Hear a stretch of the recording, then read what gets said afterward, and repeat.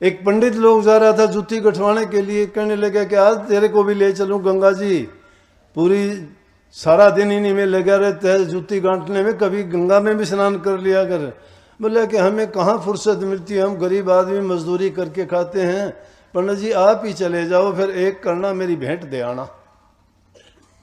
बोला क्या भेंट है तेरी? दे लिया, याद रहेगी तो दे दूंगा। तो 2 पैसे थे वो दे दिए।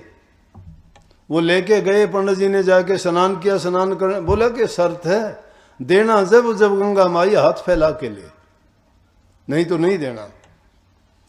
पंडित जी गए, गंगा जी में स्नान किया, सारे काम करने के बाद जब वापस चलने का टाइम आया तो याद आई, ओ जेब में उसके पैसे तो रह गए।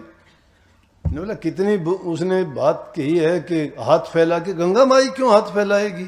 हमने तो कभी देखा नहीं कि हाथ वो बाहर आती भी है, हाथ फैलाती है या नहीं। लेकिन चलो उसका देख लेंगे ये भी। जाके और कहा कि गंगा माई रविदास ने ये 2 पैसे भेंट के लिए आपके भेजे हैं, लेकिन कहा यह है कि हाथ फैला के ले तो देना। तो कहते हैं कि गंगा माई के जल में से हाथ निकला, उन्होंने पैसे रखे, हैरान हो गया। वो देखता ही रह गया। आवाज आई कि पंडित जी अभी रुकना। एक बहुत चमकीला बहुत सुंदर कंगन लाके उसके हाथ पे रख दिया कि रविदास जी को ये देना। ये इंसान बड़ा बेईमान है, इसकी मुंह दी खोपड़ी है। कबीर साहब कहते कबीर ओंधी खोपड़ी धापी कभी न हो। ये मोदी है इसलिए कभी भरती नहीं है, यूं होती तो भर जाती है। उसने सोच लिया रविदास को क्या पता है, कंगन ऐसा कंगन उसको थोड़ा देना है। बस गंगा स्नान करके बराबर से निकल गया। रविदास बोले पंडित जी स्नान कराए? बोले हाँ कराया। और उसको अनसुना करके अनदेखा करके निकल गया।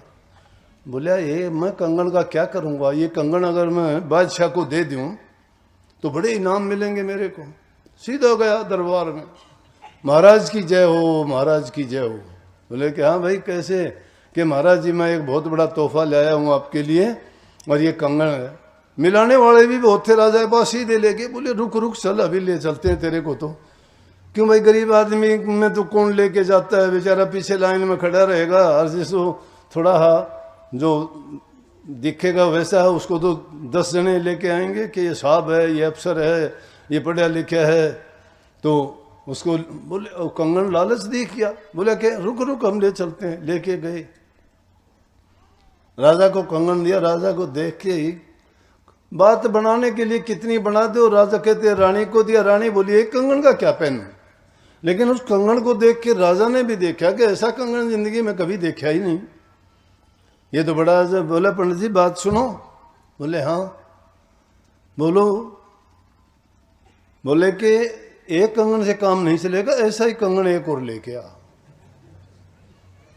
और 2 आदमी साथ भेज दिए। अगर कंगन लेके नहीं आएगा तो याद रखना तेरे चूची बच्चा कोल्लू में पीड़े जाएंगे। अब पंडित जी तो मर गया। कि इसीलिए कही ना कि दगा किसी का सगा नहीं करा नहीं तो कर देखो।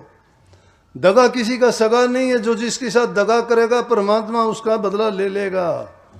तुम भोले हो, तुमसे धोखा करेगा, धोखा करने वाले पर ऐसी मार पड़ेगी कि उसके पास जवाब नहीं होगा। ये चिंता ना किया करो। कबीर साहब कहते कबीर आप ठगाइए और ना ठगिए कोई, आप ठगाए सुख होतर और ठगे दुख होए। खुद ठगे जाओ कोई बात नहीं है, तुम ना ठगो किसी को। तुम ठगोगे ना तो तुम्हें बहुत दुख होगा, और तुम ठगे गए तो कोई दुख नहीं है। सुख होगा तुम्हें खुद ठगे गए तो। इतबार आना बड़ा मुश्किल है, कठिन है, क्योंकि हम तो हाथ ही हाथ देखते हैं, और हाथ ही हाथ जो काम होते हैं उसका स्वाद एक बार तो अच्छा ही लगता है। अरे जो कड़वी गोली भी खिलाता है उसके चारों तरफ मिठास लगाते हैं गोली है, डॉक्टर लोग भी मुंह में लेते वो कड़वी नहीं लगती। थोड़ी सी देर मुंह में रख के जाड़ से चबा लो तो क्या हाल होगा। वही है, मिठास बाहर से एक बार दिखाई देता, बाद में बड़ी कड़वाहट होती है उसकी। इसलिए ये धोखा दगा छड़ कपट बेईमानियां करके तुम जीवन बिताते हो ना, ये अपनी कब्र खोद लेते हो। किसी के साथ धोखा करोगे तुम्हारे से ये ना सोचना कि तुम कामयाब होगे, नहीं, सोच लेना कि तुमने बड़ा जुल्म कर लिया है, और वो जुल्म तुम्हारे सामने खड़ा होगा एक दिन और तुम्हें बर्बाद करेगा। जो इंसान ऐसा महात्माओं ने इसीलिए तो जीवन संवारे लोगों के, जो उनकी आज्ञा में चले उनके जीवन संवर गए। तो अब पंडित जी कहने लगे भाई और तो कोई रास्ता नहीं है, रविदास जी के पास चलो। जाके कहने लगे रविदास जी माफ कर दो।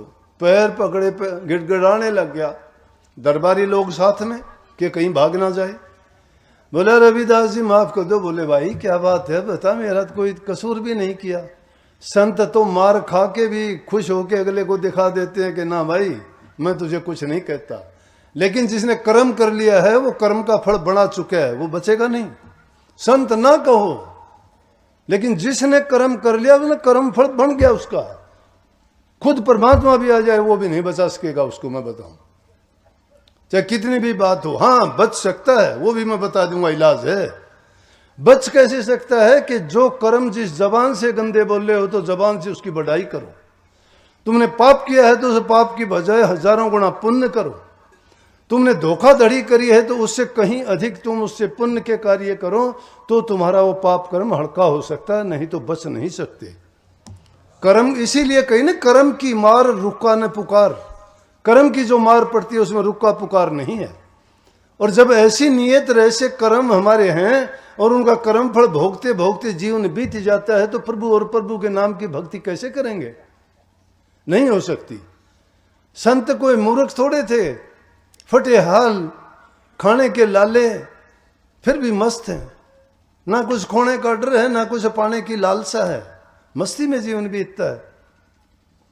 जो कह देता है उसी को कहते हैं हाँ भाई तू सच्चा है, बोल दे, बोलो कुछ भी बोलो। वो कहते मुड़ के जवाब नहीं देते, वो जानते हैं। ना समझ जो आदमी होते हैं वो ऐसी मूर्खता करते हैं, और वो उनको कह के अपने आप को बड़ा वो मानते हैं कि मैं बड़ा ताकतवर हूं, मैं बड़ा ज्ञानी हूं, मैं बड़ा समझदार हूं, मैंने ये बोल दिया, मैंने वो कह दिया। ये नहीं सोचते कि तूने अपना बर्बाद कर लिया। तो रविदास जी के पास जाके गिड़गिड़ाए। रविदास जी उसी प्रेम से बोले, बोले बच्चा क्या बात है, बोल भाई पंडित जी क्या बात, आज ऐसे कैसे, आप तो बड़े खुश थे, गंगा स्नान करके आए थे। बोले पंडित जी माफ कर दो, बड़ी गलती होगी मेरे से, भूल हो गई। बोला क्या भूल होगी?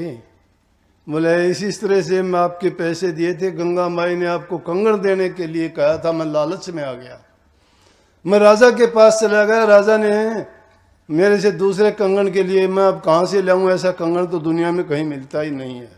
बोले अरे भगत कोई बात नहीं, चिंता ना कर, इसमें हाथ मार ले। जिसमें चमड़ा भिगोते हैं कहना उसको कठौती कहते हैं। बोले इसमें हाथ मार ले। हाथ मारा तो क्या देखता है, कंगनों से भरा पड़ा, वो एक ही निकालना, ज्यादा नहीं, एक ही निकालना। जब उन्होंने एक निकाला, निकाल के देखा उसी तरह से चमचमाट, पैर पकड़े, बड़े दरबारी भी देखते रह गए। इतना कुछ होने के बावजूद उन्होंने कुछ नहीं कहा। जब इतनी बात जरूर कही कि मन चंगा तो कठौती में गंगा। मन चंगा किससे होता है? हरि नाम के सिमरण से होता है। वो नाम हमें भी मिला है, गुरु ने हमें नाम की दीक्षा दी है। उस नाम की कमाई अगर करोगे तो हमारा मन भी पवित्र हो जाएगा, रूह हमारी साफ हो जाएगी। हमारे अच्छे विचार ही हमें त्यारते हैं, बुरे विचार हमें डबोते हैं। संतों ने यही कहा है कि मन चंगा, मन को चंगा करो, विचार अच्छे बनाओ, अच्छी सोच रखो, दूसरे के बारे में गलत ना कहो।